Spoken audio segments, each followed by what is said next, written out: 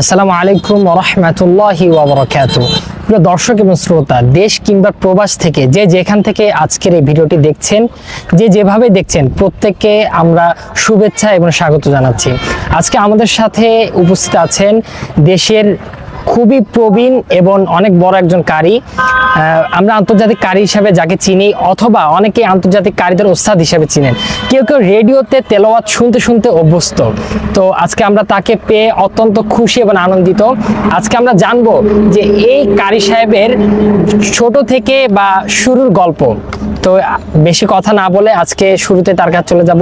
আসসালামু আলাইকুম শাহেখ, আজকে এই সুন্দর পরিবেশে এসে আপনার কাছে কেমন লাগছে যদি একটু বলতেন।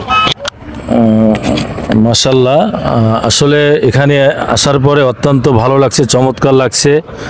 আর তোমাদেরকে পেয়ে আরো ভালো লাগছে। সাগর পাড়ে এসে তোমাদের সাথে দেখা হয়ে গেল। তো হয়তোবা জানতেন না যে আপনি যখন ছোট ছিলেন বা আমাদের বয়সেরই ছিলেন না, হয়তোবা তখন জানতেন না যে আজকে মিডিয়াতে হাজার হাজার লক্ষ লক্ষ তেলাওয়াত ছাত্ররা শুনবে, আপনাকে নকল করবে কিংবা আপনাকে আইডল হিসাবে তারা মানবে। আর এই বিষয়টি যখন আপনি জানতে পারলেন, তখন আপনার কাছে কেমন লাগছে? আসলে মানুষ যখন বড় হয়, কেউ টাকার মালিক হয়, সম্পদের মালিক হয়, কেউ সেলিব্রিটি হয়, কেউ কোরআনের পাখি হয়, কিন্তু কেউ কিন্তু জানতো না ছোটবেলায় যে আমি এত বড় স্টার হব, এত বড় একজন কারি হব, এত বড় একজন আলেম হব। এটা পরবর্তীতে সে হওয়ার পরে জানতে পারে। এটা আল্লাহ তাআলার অশেষ মেহেরবানি আমি মনে করি। আজকে আমি আগে এটা আসলে জানতাম না যে আমি একজন কারি হব, আমার তেলাওয়াত সারা পৃথিবীর মানুষ শুনবে। আজকে বুঝতে পারতেছি যে আল্লাহ তাআলা হয়তো আমাকে কবুল করেছেন কোরআনের জন্য। আমার ভিতরে যদি কোরআন না থাকতো, আমার চারেনার মূল্য ছিল না। আজকে কোরআন আছে বিধায় মানুষ আমাকে সম্মান করে, আমার কোরআন তেলাওয়াত শুনে সারা পৃথিবীর মানুষ আমার জন্য দোয়া করে। সব থেকে ভালো লাগলো যে প্রশ্নটি তুমি করেছো রাইসুল, যে আমি কোরআন তেলাওয়াত শুরু করেছি অনেক আগ থেকে, দীর্ঘদিন যাবৎ বাংলাদেশ বেতারে তেলাওয়াত করে আসছি। তখন তো মোবাইল ছিল না, ইন্টারনেট ছিল না। তো যখন সর্বপ্রথম আমি একটা মোবাইল কিনেছি, ভিডিও মোবাইল, অ্যান্ড্রয়েড সেট বলা হয়, তো সেখানে সর্বপ্রথম আমি এই কোরআন তেলাওয়াতটা আপলোড দেই, কিভাবে ভিডিও করতে হয়, কীভাবে ছাড়তে হয়। তো একটা তিলাওয়াত ছাড়ার পর দেখি অনেক ভিউ, আর তখন ভিউটা কি বা শেয়ার কি, লাইক কি, এটা এতটা বুঝতাম না, মানুষ এতটা জানতো না। তখন দেখতাম যে এই তিলাওয়াতটা অনেক মানুষ এটা শুনতেছে বা দেখতেছে। তো তারপর অনেক অফার আসলো যে শাহেখ আপনি তিলাওয়াত করেন এবং ছাড়েন। তার কয়েক বছর পর থেকে দেখলাম বিভিন্ন ধরনের মিডিয়া আমার তিলাওয়াত নিতে আসে। বাংলাদেশের অনেক আমার সাথে যোগাযোগ করে রোজার আগ থেকে 2-3 মাস আগের থেকে বাংলাদেশের বড় বড় ইসলামিক মিডিয়াগুলি, যে শাহেখ আপনার তেলাওয়াত নিতে চাই। তো আমি বিভিন্ন মিডিয়াকে 30 পারা তেলাওয়াত দিয়েছি।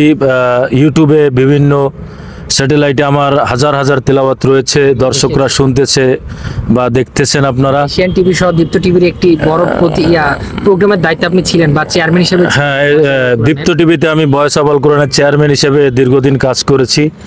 এবং রমজান মাসে এমনকি যে হিফজুল কোরআন প্রতিযোগিতা হয়, টিভি খুললেই আপনাকে বিচারক হিসেবে দেখা যায়। হ্যাঁ, আমি প্রত্যেক বছরই বিভিন্ন টিভিতে, বিশেষ করে সাউথুল কোরআন এসএ টিভিতে যে সাউথুল কোরআন একটা প্রতিযোগিতা হয়, কেরাত প্রতিযোগিতা, হিফজুল কোরআন প্রতিযোগিতা কারীদের, সেখানে আমি বিচারক হিসেবে থাকি অবশ্যই, আলহামদুলিল্লাহ। এটিএন এর যে বিআরবি নিবেদিত যে প্রতিযোগিতা হয়, যেমন আমরা দেখেছি যে তাকরিম, আপনার সাথে তাকরিমে অনেকগুলো ছবিও দেখা গেছে, এমনকি আন্তর্জাতিক কারীদের হাফেজ নাজমুস সাকিবের সাথে আপনাকে দেখা গেছে, এমনকি আন্তর্জাতিক কারীরা যেমন আবু রায়হান, তারা আপনাকে হচ্ছে, যেমন জুবাইর আহমেদ তাসরিফ, খুবই মিডিয়ার খুবই পরিচিত মুখ। এমনকি জুবাইর আহমেদ তাসরিফ যখন পরিচিত ছিল না আমাদের দেশে, সে যখন মিডিয়াতে আসে, তখন মিডিয়া খুললেই বা তার চ্যানেলগুলো খুললে আপনাকে দেখা যেত। ওই হিসাবে তখন আপনি জুবাইরকে নিয়ে কি মন্তব্য করতেন? মাশাআল্লাহ, চমৎকার প্রশ্ন করেছো। আসলে নাজমুস সাকিব বলো, হাফেজ জাকারিয়া, এরা তো দেশের জন্য আমাদের একটা রত্ন, নিঃসন্দেহে। কারি আবু রায়হান, জুবাইর আহমেদ তাসরিফ, নিঃসন্দেহে এরা তো আমাদের ছাত্রর মতোই। কারি নাজমুস সাকিব ছোট ছিল, জাকারিয়া, তারপর আবু রায়হান তো আমাদের ছাত্রই তারপর তাশরিফ আবু রাহান আমার যে তেলাওয়াতটি ফলো করে, হিফজুল কোরআন তেলাওয়াত, অনেক ভিউ, তার মিলিয়ন মিলিয়ন ভিউ, দেশের মানুষ তার তেলাওয়াত শুনে ফলো করে। তাশরিফ তো যখন ছোট ছিল বিভিন্ন মিডিয়াতে কোরআন তেলাওয়াত করতো, ওর বিচারক হিসেবে আমি ছিলাম বিভিন্ন মিডিয়াতে। আমরা দেখেছি। তো আলহামদুলিল্লাহ পাশে রাকিব আছে, ও কিন্তু চেষ্টা চালিয়ে যাচ্ছে। রাকিবকে নিয়ে আপনার রাকিবকে নিয়ে আমার পরিকল্পনা চলতেছে। অলরেডি রাকিব কিন্তু বিভিন্ন মিডিয়াতে 30 পারা তেলাওয়াত দিয়েছে এবং এবছর বাংলাদেশ বেতারে তার তেলাওয়াত আমরা শুনতে চাচ্ছি। শেষ চেষ্টা আমি চালিয়ে যাচ্ছি, ইনশাল্লাহ ইন্টারভিউর মাধ্যমে তাকে ওখানে একটা ব্যবস্থা করে দেওয়া যায় কিনা সেই চেষ্টা চলতেছে। সকলে রাকিবের জন্য দোয়া করবেন, ওর জন্য বাংলাদেশ বেতারে তেলাওয়াত করতে পারে। আসলে একসময় রাইসুল আমি কিন্তু থাকবো না, আমার এখন বয়স হয়ে গেছে 40+।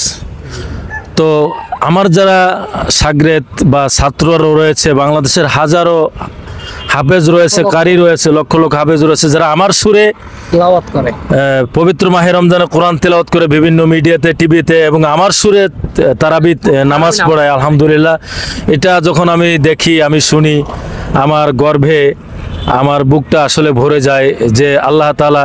অনেকে আমাকে বলে যে কারি ওবায়দুল্লাহ সাহেব যেভাবে বাংলাদেশের জন্য একটা স্মৃতি রেখে গেছে, কিয়ামত পর্যন্ত মানুষ তাকে স্মরণ করবে। অনেকে আমাকে বলে যে আপনি যে তেলাওয়াত রেখে গেছেন, আপনার এই তেলাওয়াত কিয়ামত পর্যন্ত মানুষ তেলাওয়াত শুনবে, আপনার জন্য দোয়া করবে। আলহামদুলিল্লাহ, কারি ওবায়দুল্লাহ সাহেব রহমতুল্লাহ আলাইহি, এটা আমাদের বাংলাদেশের জন্য একটা রত্ন, বা বাংলাদেশের গর্ব, বাংলাদেশের উজ্জ্বল নক্ষত্র, যে তার সাথে আমার নামটাও নিয়েছে। আলহামদুলিল্লাহ, আমি যে কত সৌভাগ্যবান যে আমার তেলাওয়াত কিয়ামত পর্যন্ত যদি থাকে মানুষ শুনবে, এটা আমার জন্য আল্লাহ তাআলার অশেষ একটা মেহেরবানি। মানুষ যেমন মুক্তিযুদ্ধ যারা ছিল, মুক্তিযুদ্ধের মাধ্যমে মানুষ তাদেরকে মনে করে, আর আপনি দুনিয়া থেকে যেহেতু চলে যাবেন, তখন আমরা আপনার কোরআন তেলাওয়াতের মাধ্যমে আপনাকে আমরা ফিরে পাবো, বা মনে করবো যে কারি সাইফুল ইসলাম পারভেজ আমাদের সামনে বসে তেলাওয়াত করছে, আমরা যেমনটা শুনি। আর একটা ছোট একটি প্রশ্ন, সেটা হচ্ছে আমরা যখন ছোট ছিলাম, আমরা অনেক কিছু স্বপ্ন দেখতাম, আমাদের বাবা মা গার্ডিয়ান আমাদের অনেক কিছু স্বপ্ন দেখাতো যে তুমি পাইলট হবে, আমরা চিন্তা করতাম আমরা বিজ্ঞানী হবো বড় হয়ে। এরকম আপনার কি স্বপ্ন ছিল ছোটবেলা? আপনি তো জানতেন না যে আপনি আন্তর্জাতিক কারি হবেন, তো এই বিষয়ে যদি বলতেন। আসলে আমার মা, আমার বাবা, ওনাদের স্বপ্ন ছিল যে আমি একজন হক্কানি কারি, হক্কানি হাফেজ হব। তো আমার মার প্রচেষ্টাটা বেশি ছিল। আমার মা দুনিয়াতে বেঁচে নাই, কিন্তু উনি যদি বেঁচে থাকতেন আর এখন যদি আমাকে দেখতেন যে ওনার ছেলে ভালো একজন হাফেজ হয়েছেন এবং ওনার ছেলের তেলাওয়াত বাংলাদেশের হাজারো হাফেজরা শুনেন, হাজারো কোরআন প্রেমিকরা তেলাওয়াত শুনেন এবং আমার জন্য দোয়া করেন। আসলে আমার মা দোয়া করে গেছেন বিধায় আমি ভালো একজন হাফেজ হতে পেরেছি, এবং শুধু হাফেজ হতে পেরেছি এই জন্য এটা শেষ নয়, এই কোরআনের উপর যেন আমল করে আমি মরতে পারি, এই কোরআনের হক যেন আমি আদায় করতে পারি। আর সব থেকে বড় কথা, আমি একদিন থাকবো না রাইসুল, রাকিবুল হাসান, আমি একদিন থাকবো না, কিন্তু আমার এই কোরআন তেলাওয়াত থেকে যাবে। আমি আল্লাহর কাছে সবসময় দোয়া করি, আল্লাহ আমি চলে যাব, কিন্তু এই কোরআন তেলাওয়াত শুনে মানুষ আমার জন্য দোয়া করবে, মৃত্যুর পর যেন আল্লাহ তুমি আমাকে জান্নাত নসিব করো।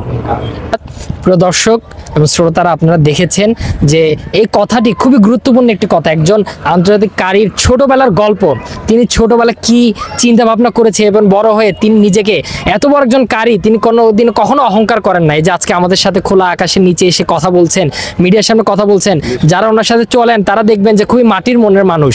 আসলে আমরা তার জন্য দোয়া করি, মানে আমরা চাই তিনি যেন এই তেলাওয়াতের মাধ্যমে যেন আমাদের মন অন্তরে যেন বেঁচে থাকেন। আল্লাহ তাকে অনেক বড় করুক, আরো বড় করুক, এবং তাদের শ্রোতাদেরকে এবং যারা দেখেন তাদের প্রত্যেকে আল্লাহ তাআলা কবুল করুন। যারা তাকে ফলো করেন, যারা তার মতো হতে চান, প্রত্যেকের প্রতি শুভকামনা। তাহলে প্রত্যেকে কবুলা মঞ্জুর করুক, আমিন। সবাই ভালো থাকবেন।